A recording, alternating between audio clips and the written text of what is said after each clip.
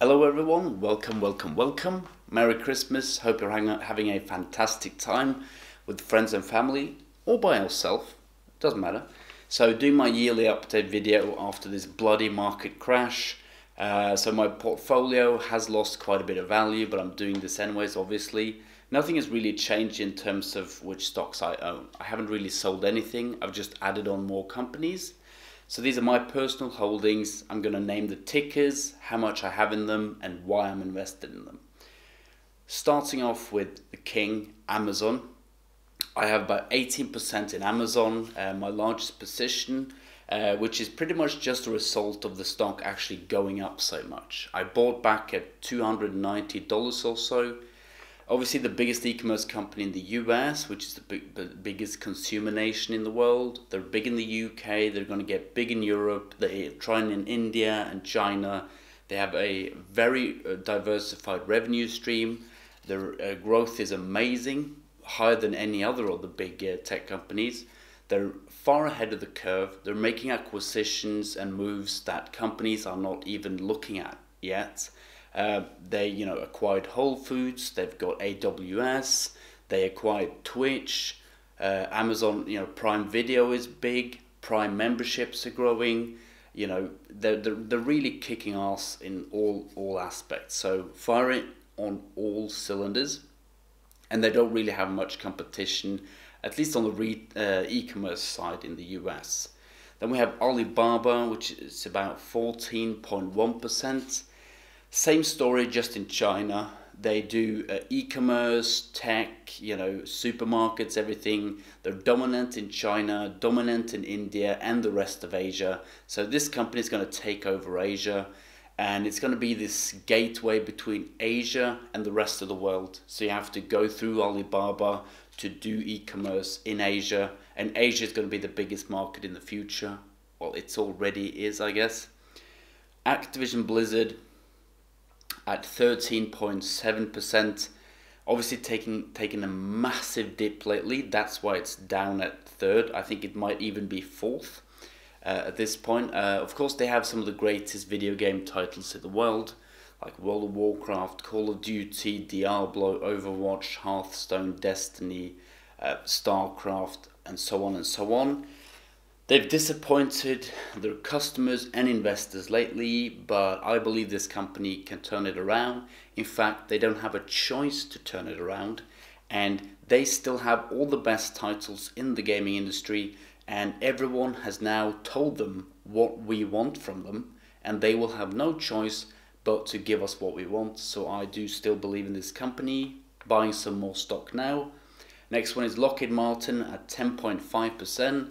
World's largest weapons manufacturer, focuses on missiles, rocket shields, fighters, surveillance, radar equipment, space equipment, drones. Basically what modern warfare is going to be. It's going to be surveillance, airspace, drones, cyber warfare, and long-range missiles. And with all the tension in the South China Sea and Eastern Europe, there's going to be a big need for not tanks and boots on the ground, but fighters, aircraft carriers, rocket shields, missile radars, lasers, long-range missiles, and so on, and also space and radar equipment, which they do provide. So Lockheed is an obvious pick. Also, I think it's at one of the companies millennials, so the young people of today, really want to work for. I mean, that was a surprise to me. Lockheed Martin is far ahead of a lot of the tech companies on that list, actually. Moving on to waste management, my go-to stock right now, 6.9%. They pick up trash in the US, the biggest, consumer nation in the world, and they do better than anyone. This is an obvious play, the most stable stock, stable revenue growth, stable dividend payout and growth, a great CEO, and this is just such an underdog. It's becoming very popular. A lot of you own waste management. A lot of you are asking me questions, and this stock just can't do anything wrong right now. They might take a hit from China not buying their trash, recycled trash anymore, but I don't think the stock will take much of a hit, and during these tough times, this is definitely a safe stock to be in. Moving on to Boeing at 6.5%. There's only 2 companies in the world making airplanes, and this is the best one of them. It speaks for itself. They sell the most planes, and planes is some of the thing that we will need the most of. As people in China and Asia, enters the middle class, what are they going to do? They're going to fly on vacation, and Boeing provides the planes. There is I don't have to say anything about Boeing. It speaks for itself. One of the greatest companies in the world. Moving on to Take-Two, I'm out of breath. Take-Two Interactive at 6.2%. Some of the hottest titles in gaming. They now have the two most successful entertainment products of all time. Red Dead Redemption crashed all the records on launch, and GTA 5 is the world's most successful entertainment product, regardless of category, ever. And they also have GTA, Red Dead Redemption, Borderlands, Civilization, NBA, Mafia, and so on. BioShock as well. So this is a tiny company with massive titles, and whenever they release the next GTA game and they get the online ball rolling, maybe the Battle Royale ball going, this company is going to do great. Very volatile though, but great CEO. JPMorgan 5.9, pretty much the world's largest bank. Very safe stock, pays almost 4% dividend now. 3.8 or something. They 3% I think. They recently increased their dividend.